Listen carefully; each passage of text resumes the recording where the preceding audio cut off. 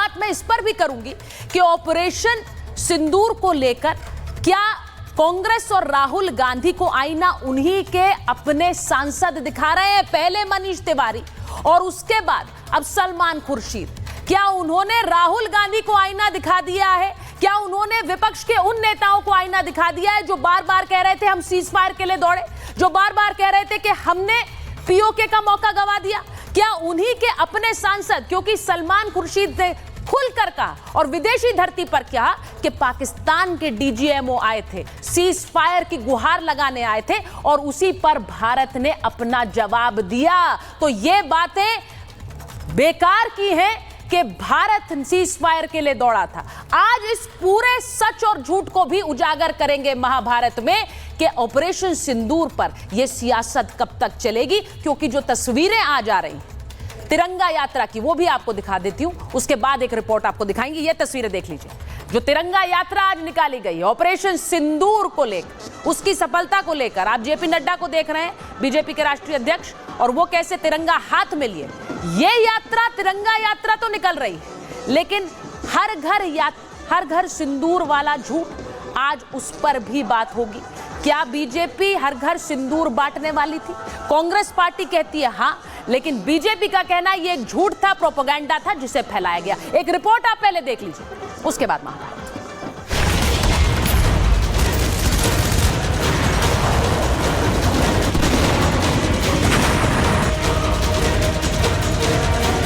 अब घर में घुसकर भी मारेंगे और जो आतंकियों की मदद करेगा उसको भी इसकी भारी कीमत चुकानी पड़ेगी। पाकिस्तान में मोदी के नाम का खौफ बढ़ता जा रहा है। पाक जानता है कि इस बार कोई भी गलती की तो भारत घर में घुसकर मारेगा और ये वार बहुत घातक होगा।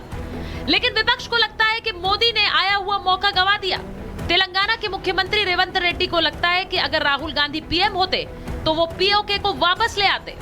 जिस दिन राहुल गांधी के हाथों में शक्ति होगी और भारत का निर्णय लेने का अधिकार होगा, उस दिन पाक ऑक्युपाइड कश्मीर भारत माता के नक्शे पर हिंदुस्तान का हिस्सा होगा। कांग्रेस ने राहुल और पीओके का मुद्दा छेड़ा तो सियासी वार भी भारी हुआ। पाकिस्तान 1947 में बनाया किसने था? आज आप कह रहे हैं कि राहुल गांधी प्रधानमंत्री होते तो पीओके को भारत में मिला देते। राहुल गांधी अगर प्रधानमंत्री होते तो हिंदुस्तान को भी पाकिस्तान बना देते। स्वर्गीय पंडित जवाहरलाल नेहरू जी की नीतियों के कारण आज पाकिस्तान पाक ऑक्युपाइड है, और थोड़ा समय मिल जाता तो हमारी सेनाएं तभी उसको मुक्त करा लेती। जिनके सर ये पाप है कि पीओके आज बना है, अब वो इस तरह की बात कर रहे हैं। कांग्रेस के नेताओं ने पीओके का मुद्दा उठा दिया, लेकिन प्रधानमंत्री ने खुद ही पीओके पर कांग्रेस पार्टी से सवाल पूछा था। 1947 में जब मां भारती के टुकड़े हुए, कटनी चाहिए थी तो जंजीरें, लेकिन काट दी गई भुजाएं, देश के 3 टुकड़े कर दिए गए। अगर उसी दिन इन मुजाहिदों को मौत के घाट उतार दिया गया होता और सरदार पटेल की इच्छा थी कि पीओके वापस नहीं आता है, तब तक सेना रुकनी नहीं चाहिए, लेकिन सरदार साहब की बात मानी नहीं गई। कांग्रेस को लगता है कि राहुल गांधी पीओके वापस ले आते, लेकिन राहुल के बयानों पर खुद उन्हीं के सांसद उन्हें आईना दिखा रहे हैं। राहुल गांधी ने पूछा था कि अमेरिका ने सीज फायर क्यों कराई। राहुल गांधी ने पाकिस्तान के सामने झुकने का भी आरोप लगाया था, लेकिन विदेशी डेलीगेशन में गए उनके सांसद सलमान खुर्शीद और मनीष तिवारी ने बता दिया कि सीज फायर पाकिस्तान की पहल पर ही हुई। Now it's complete hogwash for anyone to say that we called them first. Why would we call them first? Who was at the receiving end by the time that the calls were made? It is more than clear to everybody that the call came from the DJMO of Pakistan. No back channel. The only channel which was used was the 2 DGMOs talking to each other. Very clearly indicated. Call was made by the Director General of Military Operations of Pakistan. Rahul Gandhi के बयान पर आईना एक तरफ खुद उनके सांसद दिखा रहे हैं तो दूसरी तरफ बीजेपी ने भी नेता प्रतिपक्ष को आड़े हाथों लिया है। उनको एमईए पर भरोसा नहीं, उनको ट्रंप ने जो कहा था कि मैंने मध्यस्थता नहीं की है, मैंने केवल मदद की है, उस पर भरोसा नहीं। तो मैं समझता हूं कि कम से कम थरूर साहब पर भरोसा कर लो, और थरूर जी अगर सुपर प्रवक्ता लग रहे हैं तो मनीष तिवारी पर भरोसा कर लो, और मनीष तिवारी पर भरोसा नहीं तो सलमान खुर्शीद पर भरोसा कर लो, ये तो उन्हीं के सांसद है।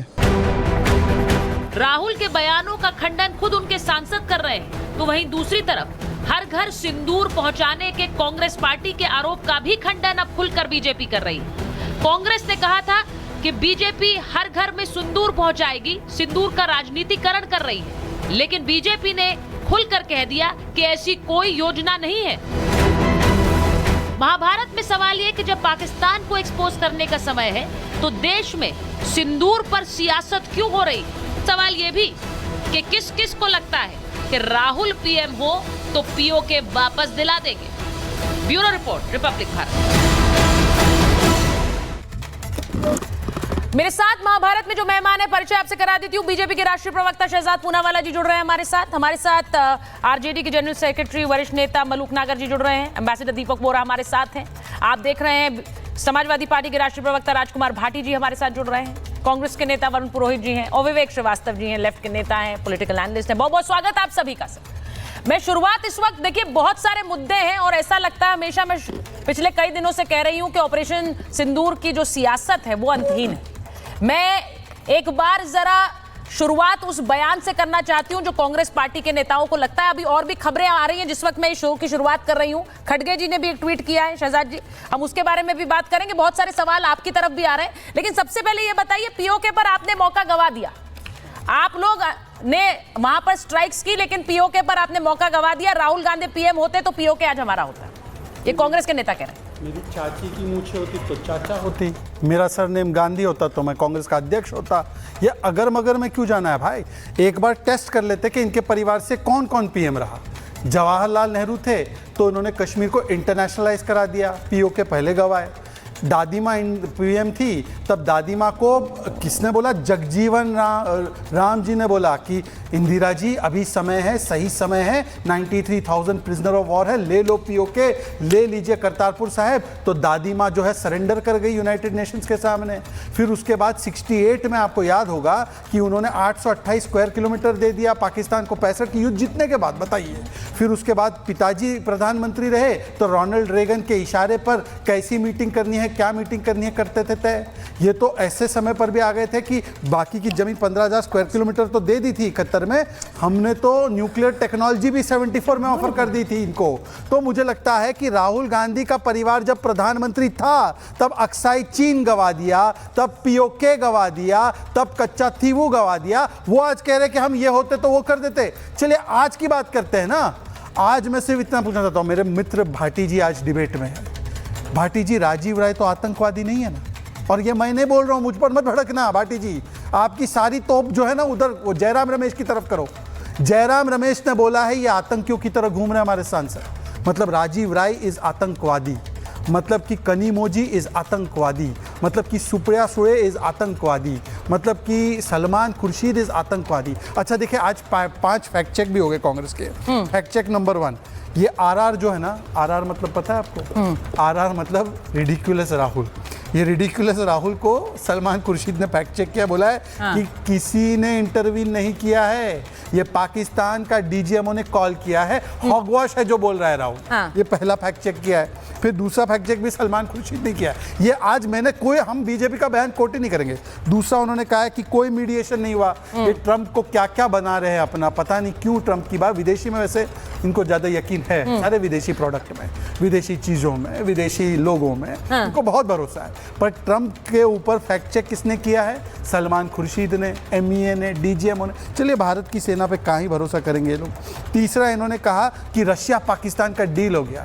2022 की तस्वीर सुप्रिया श्रीनेत और इनकी जो मंडली है वो यूज कर रही है। बताइए, तो रशिया का आया कि कोई डील नहीं है, हम S-400 बेचे, इंडिया को बेचा।